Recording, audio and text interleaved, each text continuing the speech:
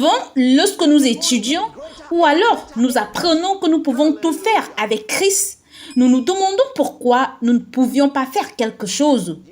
Pourquoi n'ai-je pas eu le travail? Pourquoi avons-nous perdu le bébé? Pourquoi avons-nous perdu la grossesse? Pourquoi avons-nous perdu cette admission?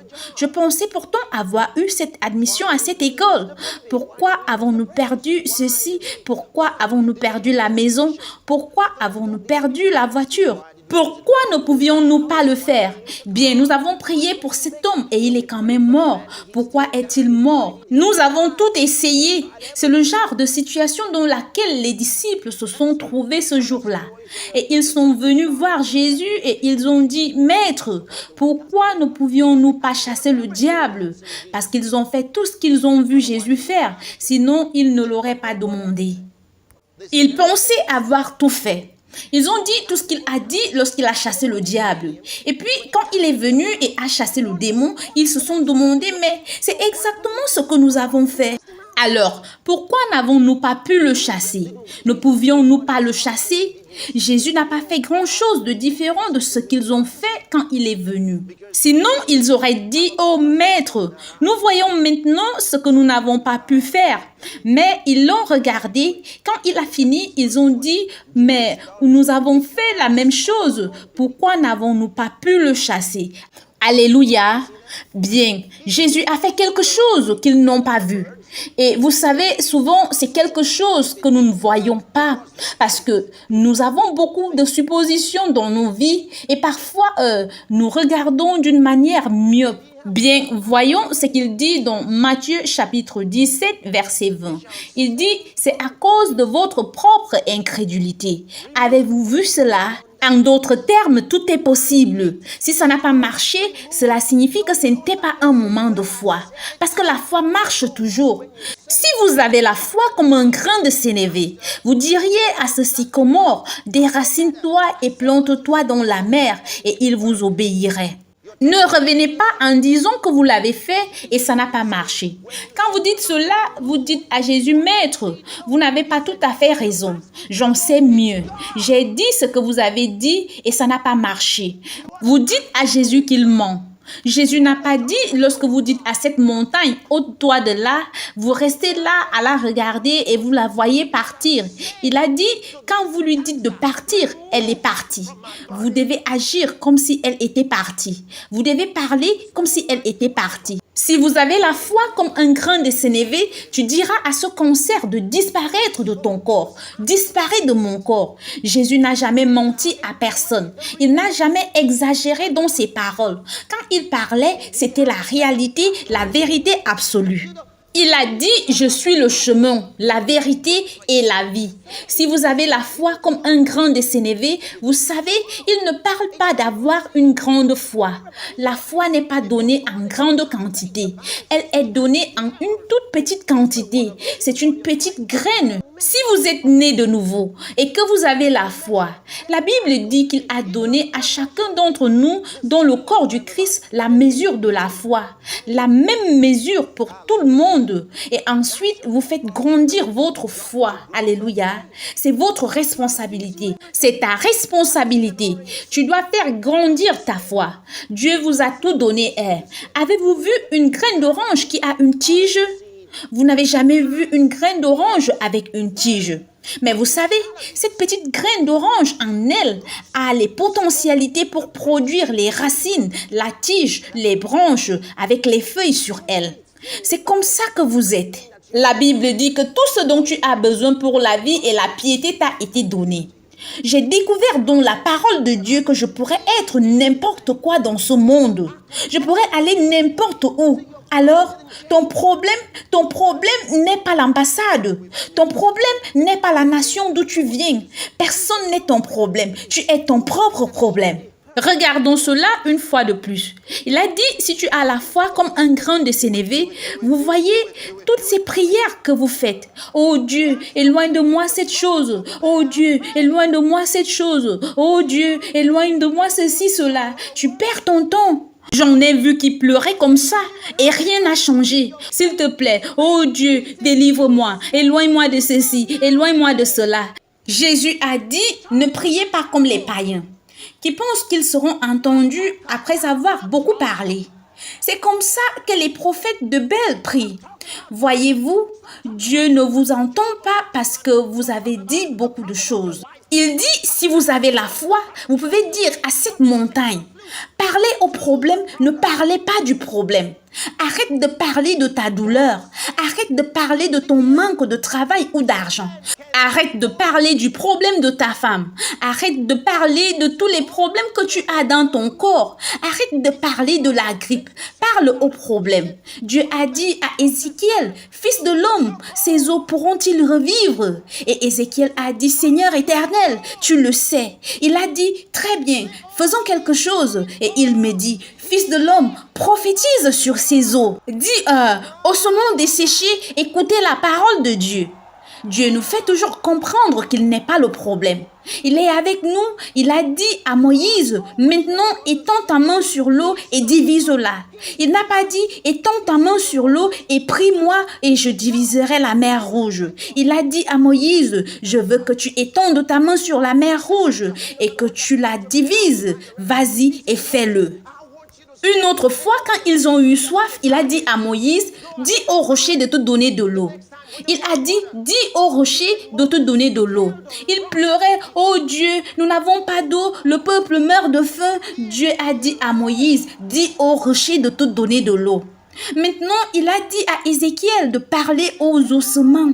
Ces os étaient très secs. Cela signifie que tout ce que Dieu a créé a de l'intelligence. Vous m'entendez?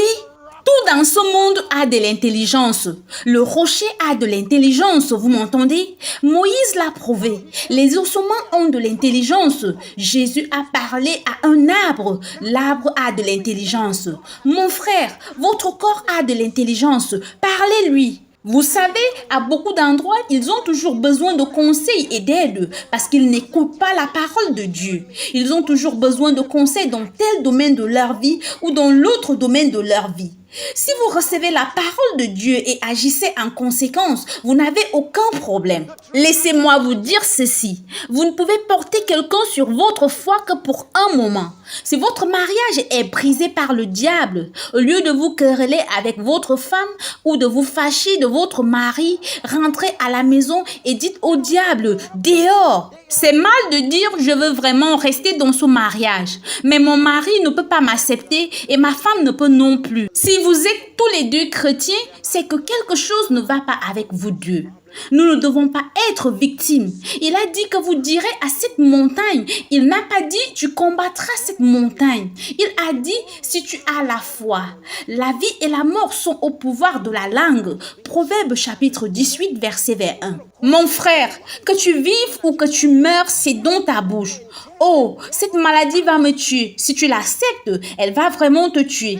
Aucun médecin ne peut t'aider. Je peux t'assurer de ça. Tu vas sûrement y aller. Il te le dit. Si tu vois ta vie se diriger vers les rochers, tu y vas. On dirait que tout s'assombrit. Ta vie ne semble pas s'améliorer. Hey, utilise ta langue. Allez, et change la direction de ta vie. Par exemple, quelqu'un qui a le VIH. Tu ne vois pas que tu te diriges vers la tombe.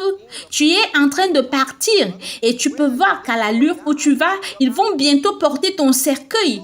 Tu sais qu'ils vont creuser la terre et ils vont te mettre dedans. Tu peux le voir, tu le vois. Tu vois quelques personnes qui pleurent et quelqu'un qui est heureux que tu sois parti parce qu'ils sont fatigués de souffrir. Alors, qu'est-ce que tu vas faire? Dieu te dit, utilise ta langue et change cette direction parce que tu peux. Vous pouvez vous voir en train d'aller très bas dans la vie, utilisez votre langue et changer la direction. Vous pouvez. Jésus a dit, rien ne te sera impossible. Jésus l'a dit. Si quelqu'un savait ce qu'était la vérité, c'était Jésus, parce qu'il était lui-même l'incarnation de la vérité. Il a dit, et rien ne sera impossible. Rien ne te sera impossible. Utilisez votre langue et changez la direction de votre vie. Ne vous dirigez pas vers la pauvreté. Ne vous dirigez pas vers la mort. Vous dites bien, j'ai 40 ans, je n'ai pas encore pu avoir d'enfant. J'ai fait 7 fausses couches. C'est vrai. Ne peux-tu pas voir la direction que tu prends? La direction que tu prends, tu as 40 ans et tu as 7 fausses couches. À l'allure où tu vas, c'est comme si tu auras 60 ans sans jamais avoir d'enfant. Change la direction, utilise ta langue, fais un détour au bon moment.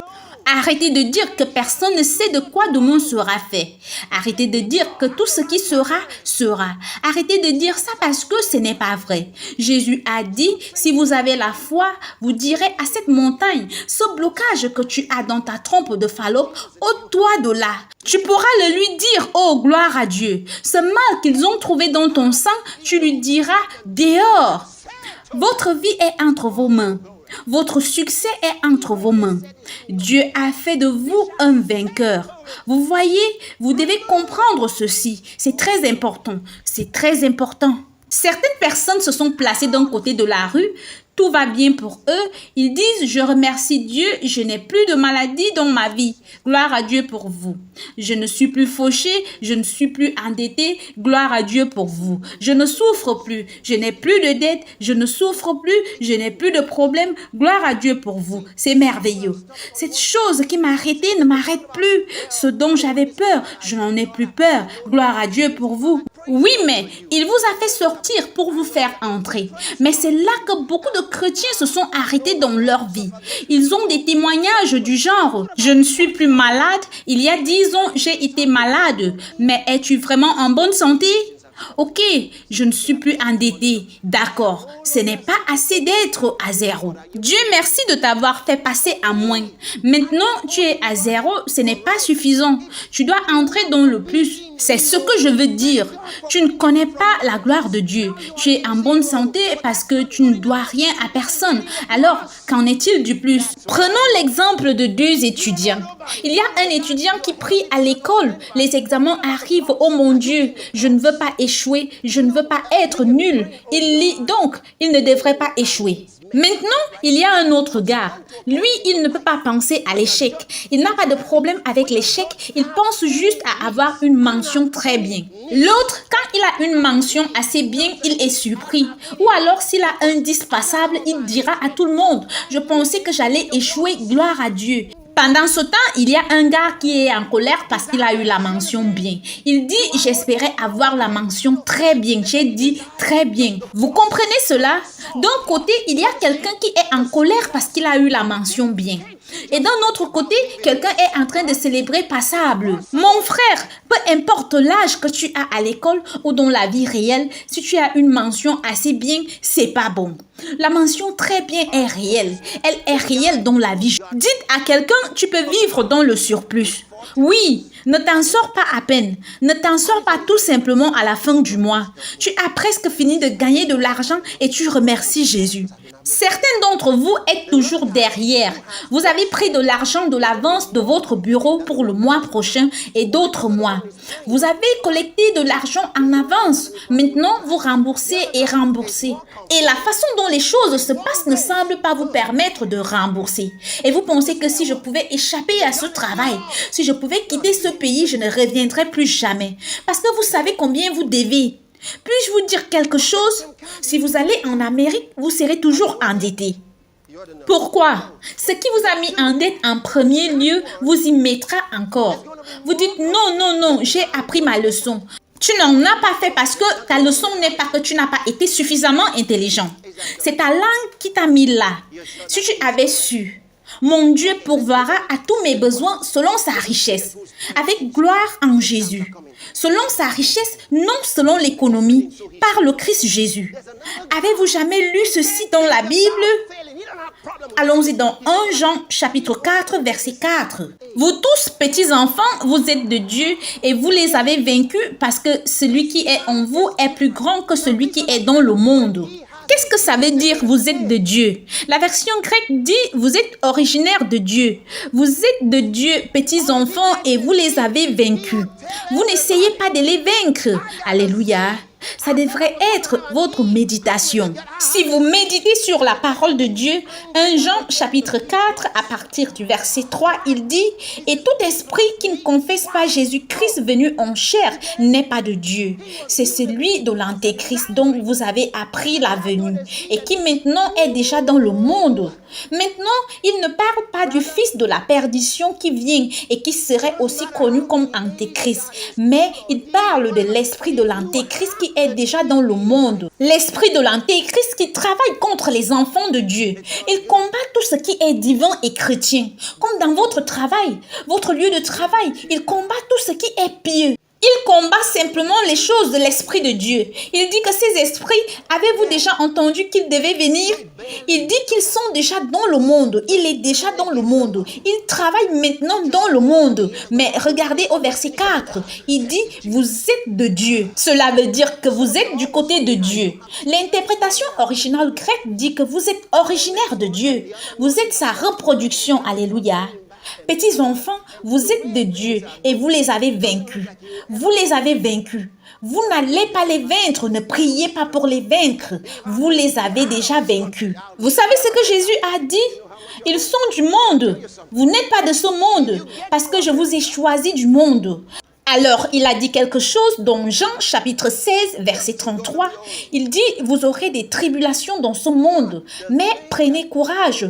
Ensuite, il parle du monde et de ses systèmes. Cela signifie le monde et tout ce qu'il a. Et c'est la raison pour laquelle il a dit, toute arme forgée contre toi sera sans effet.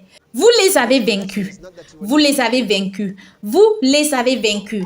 Écoutez ça. Ça doit entrer dans votre esprit. Vous les avez vaincus. Au verset 4, il dit, vous êtes de Dieu, petits enfants, et vous les avez vaincus. Parce que le Créateur, c'est lui qui est en vous. Celui qui est en vous est plus grand que celui qui est dans ce monde. Eux, ils sont du monde, c'est pourquoi ils parlent d'après le monde et le monde les écoute. Celui qui est en vous est plus grand. Frères et sœurs, jusqu'à ce que vous commenciez à méditer sur cette vérité et la proclamer, elle ne peut être votre possession. Mais vous devez la proclamer, vous devez l'annoncer, vous devez la déclarer chaque jour de votre vie. Celui qui est en moi est plus grand que celui qui est dans le monde. Vous voyez, je ne suis pas de ce monde, j'ai vaincu le monde. J'ai vaincu les systèmes de ce monde. Alléluia. Nous avons vaincu. Nous ne sommes plus des victimes, vous m'entendez? Le monde ne peut plus nous rendre pauvres. Vous avez vaincu le monde. Écoutez, vous pouvez libérer les forces de la vie en vous. Certains d'entre vous n'avaient jamais compris cela. Il y a plusieurs enfants de Dieu qui n'ont jamais compris ce que ça signifie de marcher dans la faveur de Dieu. Ouvrez le livre des Proverbes chapitre 4 et je lis à partir du verset 20, il dit « Mon fils, sois attentif à mes paroles, prête l'oreille à mes discours. » Verset suivant, il dit « Qu'ils ne s'éloignent pas de tes yeux, garde-les dans le fond de ton cœur. » Verset 22, « Car c'est la vie pour ceux qui les trouvent, c'est la santé pour tout leur corps. Garde ton cœur de toute autre chose, car de lui viennent les sources de la vie. » Avez-vous la paralysie des jambes, la paralysie de vos mains, ce qui signifie la main est morte ou la jambe est morte. La parole de Dieu est vie pour ceux qui les trouvent et la santé pour leur corps. Cette blessure qui ne veut pas guérir, la parole de Dieu est un médicament pour elle. Continuez à déclarer la parole de Dieu à cette blessure. Parlez à ce cancer. Déclarez la parole de Dieu sur votre corps. Au verset 23, il dit « Garde ton cœur plus que toute autre chose, car de lui viennent les sources de la vie. » La parole de Dieu a de la vulnérabilité. La parole de Dieu est le créateur du monde entier, le créateur de la terre entière, créateur de l'univers. Si vous pouvez faire confiance à la parole et la garder à l'intérieur de vous, dit le Seigneur, rien ne pourra vous résister. Alléluia. Gardez votre cœur, cet esprit, avec tout hors des autres questions de la vie, les forces de la vie. Au verset 24, il dit « Écarte de ta bouche la fausseté, éloigne de tes lèvres les détours. » Quand les gens commencent à vous dire des choses qui ne sont pas concordantes à la parole de Dieu, n'écoutez pas les mauvaises personnes, n'écoutez pas la mauvaise musique, ne lisez pas les mauvais documents parce qu'ils vont polluer votre esprit. Et de l'esprit sont les forces de la vie. Vous pouvez libérer les forces de la vie et quand vous libérez les forces de la vie, il y aura des gens là dehors qui cherchent à vous aider. Ils ne peuvent comprendre pourquoi ils veulent vous aider. Ils veulent juste faire quelque chose de bien pour vous. Je vous dis, vous êtes un roi dans cette vie. Comprenez que vous n'êtes pas une personne ordinaire. Hey, vous êtes les petits enfants et vous avez vaincu le monde parce que celui qui est en vous est plus grand que celui qui est dans le monde.